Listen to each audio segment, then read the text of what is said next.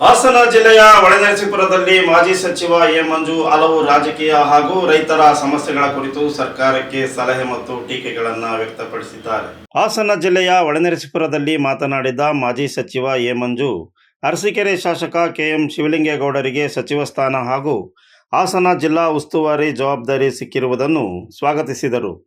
ಈ ಹಿಂದೆ ಕೆಲಸ ಮಾಡಲು ಅವಕಾಶ ಸಿಗಲಿಲ್ಲ ಎಂದು ಟೀಕಿಸುತ್ತಿದ್ದ ಅವರು, ಈಗ ಸಚಿವರಾಗಿರುವುದರಿಂದ ಜಿಲ್ಲೆಯ ಸಮಗ್ರ ಅಭಿವೃದ್ಧಿಗೆ ಒತ್ತು ನೀಡಿ ಉತ್ತಮ ಹೆಸರು ಗಳಿಸಲಿ ಎಂದು ಹೇಳಿದರು. ಕೇವಲ ಅರಸೀಕೆರೆಯಷ್ಟೇ ಅಲ್ಲ, ಇಡೀ ಹಾಸನ ಜಿಲ್ಲೆಯ ಅಭಿವೃದ್ಧಿಯತ್ತ ಗಮನ ಹರಿಸಬೇಕು. ಅಭಿವೃದ್ಧಿ ಕಾರ್ಯಗಳಿಗೆ ನಮ್ಮ ಸಹಕಾರವೂ ಇರುತ್ತದೆ. ಅಗತ್ಯವಿದ್ದರೆ ನಮ್ಮ ಅನುಭವವನ್ನು ಬಳಸಿಕೊಳ್ಳಲಿ ಎಂದು ಸಲಹೆ ನೀಡಿದರು. ಜಿಲ್ಲೆಯಲ್ಲಿ ಬರ ಪರಿಸ್ಥಿತಿ ತೀವ್ರವಾಗಿದ್ದು, ರೈತರಿಗೆ ತಕ್ಷಣ ಬೆಳೆ ಪರಿಹಾರ ಅಥವಾ ಸಾಲ ಮನ್ನಾ ಘೋಷಿಸಬೇಕು ಎಂದು ಸರ್ಕಾರವನ್ನು ಆಗ್ರಹಿಸಿದರು. ಕಳೆದ ಸಾಲಿನ ಬೆಳೆ ವಿಮೆ ಹಣವೇ ಇನ್ನೂ ರೈತರಿಗೆ ತಲುಪಿಲ್ಲ ಎಂದು ಆರೋಪಿಸಿದ ಅವರು, ಸರ್ಕಾರ ರೈತರ ಪರವಾಗಿದ್ದರೆ ತಕ್ಷಣ ನೆರವಿಗೆ ಬರಬೇಕು ಎಂದು ಹೇಳಿದರು. ಕಾಂಗ್ರೆಸ್ನಲ್ಲಿ ಬಂಡಾಯ ಕುರಿತು ಪ್ರತಿಕ್ರಿಯಿಸಿದ ಎ ಮಂಜು, ಅದು ಆಡಳಿತದ ಮೇಲೆ ಪರಿಣಾಮ ಬೀರುತ್ತದೆಯೇ ಎಂಬುದು ಮುಂದಿನ ದಿನಗಳಲ್ಲಿ ಗೊತ್ತಾಗಲಿದೆ ಎಂದು ಹೇಳಿದರು. ಕಾಂಗ್ರೆಸ್ ಶಾಸಕ ರಾಜೀನಾಮೆ ಅವರ ಪಕ್ಷದ ಆಂತರಿಕ ವಿಚಾರ ಎಂದು ತಿಳಿಸಿದರು. ಕೆಪಿಎಸ್ಸಿ ಬದಲು ಕೆಇಎ ಮೂಲಕ ನೇಮಕಾತಿ ನಡೆಸುವ ಕುರಿತು ಮಾತನಾಡಿದ ಅವರು, ತಮ್ಮ ಸಚಿವ ಅವಧಿಯಲ್ಲಿ 650 ಪಶುವೈದ್ಯರನ್ನು ನೇರ ನೇಮಕಾತಿ ಮಾಡಿದ್ದೆವು ಎಂದು ನೆನಪಿಸಿದರು. ನೋಡ್ತಿರ್ತೀರಿ, ನೀವೇ ತೋರಿಸ್ತಿರ್ತೀರಿ, ಅತೃಪ್ತರು ಹೆಂಗ್ ಮಾಡ್ತಾರೆ. ನಮಗೆ ಅವರು ಸರ್ಕಾರ ಏನು ಮಾಡ್ತಾರೋ, ಮಂತ್ರಿ ML ರಾಜೀನಾಮೆ ಕೊಡ್ತಾರೋ ನಮ್ಗೆ ಸಂಬಂಧ ಇಲ್ಲ.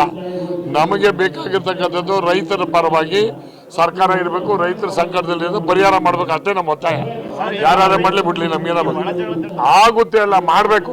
ಸರ್ಕಾರ ಅಂದ್ರೆ ಜನರ ಸರ್ಕಾರ ಮಾಡೋಕ್ಕೆ ಅಧಿಕಾರ ಕೊಟ್ಟಿರೋದು. ಅವರ ವೈಯಕ್ತಿಕವಾದಂಥ ಇದನ್ನ ಮುಂದೆ ಇಟ್ಕೊಳ್ಳೋದಲ್ಲ. ನಮಗೆ ಬೇಕಾಗಿರ್ತಕ್ಕಂಥದ್ದು ರೈತರ ಸಂಕಟಕ್ಕೆ ಸರ್ಕಾರ ಬರಬೇಕು, ಸಾಲ ಮನ್ನಾ ಮಾಡಬೇಕು, ಹಿಂದೆ ಇರತಕ್ಕಂಥ ದುಡ್ಡನ್ನ ಕೊಡಬೇಕು. ನಾನು ವೆಟರ್ನರಿ ಮಂತ್ರಿ ಆಗಿದ್ದಾಗ ನನ್ನ ಕಾಲದಲ್ಲಿ 650 ಡಾಕ್ಟರ್ನ ನೇರ ನೇಮಕಾತಿಯನ್ನು ಮಾಡಿದ್ದೇನೆ. ಅದನ್ನ ಮೊನ್ನೆನೂ ಕೂಡ ನಾನು ಪ್ರೆಸ್ ಮಾಡಿದ್ದೀನಿ ಇದರಲ್ಲಿ. ನೇರ ನೇಮಕಾತಿ ಮಾಡಬೇಕಾದ್ರೆ ಕ್ಯಾಬಿನೆಟಲ್ಲಿ ಒಂದು ಡಿಸಿಷನ್ ತಗೊಂಡು ಮಾಡಬೇಕು. 17, 17, 18ರಲ್ಲಿ ನಾನು ಮಂತ್ರಿ ಇದ್ದಾಗ 650, 150 ಇದು ಎಂಥದ್ದು ಹೈದರಾಬಾದ್ ಕರ್ನಾಟಕ, ಒಂದು 75 SC ST ಇದು, ಇದನ್ನ ಕೊಟ್ಟು ನೇರ ನೇಮಕಾತಿ ಮಾಡಿದ್ವಿ. ಆಮೇಲೆ ಇಲ್ಲಿ ವಿಚಿತ್ರ ಏನು ಅಂದರೆ, ವೆಟರ್ನರಿ ಓದ್ತಕ್ಕಂಥ ವಿದ್ಯಾರ್ಥಿಗಳು ಯಾರು ಅಂದರೆ ಓನ್ಲಿ ಮೆರಿಟ್ ಸ್ಟೂಡೆಂಟ್ಸ್ ಮಾತ್ರ. ಇದರಲ್ಲಿ ಯಾರು ಅದರಲ್ಲಿ ಇನ್ಫ್ಲುಯೆನ್ಸ್ ಸೀಟ್ ಆಗಲಿ ಇನ್ನೊಂದು ಸೀಟ್ ಆಗಲಿ ಅಲ್ಲ, ಅದರಲ್ಲಿ ಯಾರು ಮಾರ್ಕ್ಸ್ ತಗೊಂಡಿರ್ತಾರೆ, ಯಾರು ಹೈಯೆಸ್ಟ್ ಇರ್ತದೆ 7.5 ಆರ್ 8.5 8.2 ಏನಿರ್ತದೆ ಅದನ್ನ ಜಾತಿ ಆಧಾರದ ಮೇಲೆ ರಿಸರ್ವೇಶನ್ ಮೇಲೆ ಕೊಟ್ಟಿರೋದಕ್ಕೆ ಉದಾಹರಣೆ ನಾನೇ ಇದ್ದೀನಲ್ಲ, ನಾನೇ ಮಂತ್ರಿ ಅಂತ ಕೊಟ್ಟಿದ್ದೀವಲ್ಲ, ಇವ್ರು ಈಗ ಯಾಕೆ ಕೊಡಬಾರ್ದು? ಈಗ ಕೊಟ್ಟಿರೋದೇನು ಅಂದರೆ KPSCಗೆ ಹೋದರೆ ಅಲ್ಲಿ ಹಣದ ವ್ಯಾಪಾರ ನಡೆಯುತ್ತೆ ಅಂತ ಹೇಳ್ಕೊಟ್ಟಿರೋದು. ಅವ್ರು 80 ಲಕ್ಷ ಹೇಳಿರ್ತಕ್ಕಂಥದ್ದು ಮಾತಾಡ್ತಿರ್ತಕ್ಕಂಥದ್ದು ಅದು ಸತ್ಯ. ಈಗಲೂ ಕೂಡ ನಾನು ಸರ್ಕಾರನ ಆಗ್ರಹ ಮಾಡ್ತೀನಿ, ನಮ್ಮ ಕಾಲದಲ್ಲಿ ಆಗಿರ್ತಕ್ಕಂಥ ಮಾಡಿದ್ವಲ್ಲ ನೇರ ನೇಮಕಾತಿ, ಅದನ್ನು ನೇರ ನೇಮಕಾತಿ ಮೆರಿಟ್ ಮೇಲೆ ಕ್ಯಾಚ್ ವಾರು ಅದನ್ನು ಮಾಡ್ತಕ್ಕಂಥದ್ದು ಒಳ್ಳೆಯದು.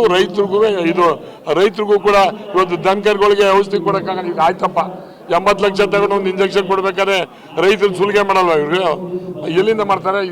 One way extractive from the farmers only. ಅದಾಗಬಾರ್ದು. ನೇರ ನೇಮಕಾತಿಯನ್ನು ಮಾಡೋ ಮುಖಾಂತರ ನೀವು ಮಾಡಿರ್ತಕ್ಕಂಥ ಹಗರಣವನ್ನು ತಪ್ಪು ಮಾಡೋದು ಅಂತ ಹೇಳಿ ಅದು ಮುಚ್ಚಿಟ್ಟು ನೇರ ನೇಮಕಾತಿಯನ್ನು ಮಾಡಿ ಅಂತ ಹೇಳಿ ಒತ್ತಾಯ ಮಾಡ್ತೀವಿ. ಕೆಪಿಎಸ್ಸಿಯಲ್ಲಿ ಭ್ರಷ್ಟಾಚಾರದ ಆರೋಪಗಳು ಕೇಳಿಬರುತ್ತಿದ್ದು, ಅರ್ಹತೆ ಮತ್ತು ಮೀಸಲಾತಿ ಆಧಾರದ ಮೇಲೆ ಪಾರದರ್ಶಕ ನೇಮಕಾತಿ ನಡೆಸಬೇಕು ಎಂದು ಒತ್ತಾಯಿಸಿದರು. You are watching TV 46 News Kannada.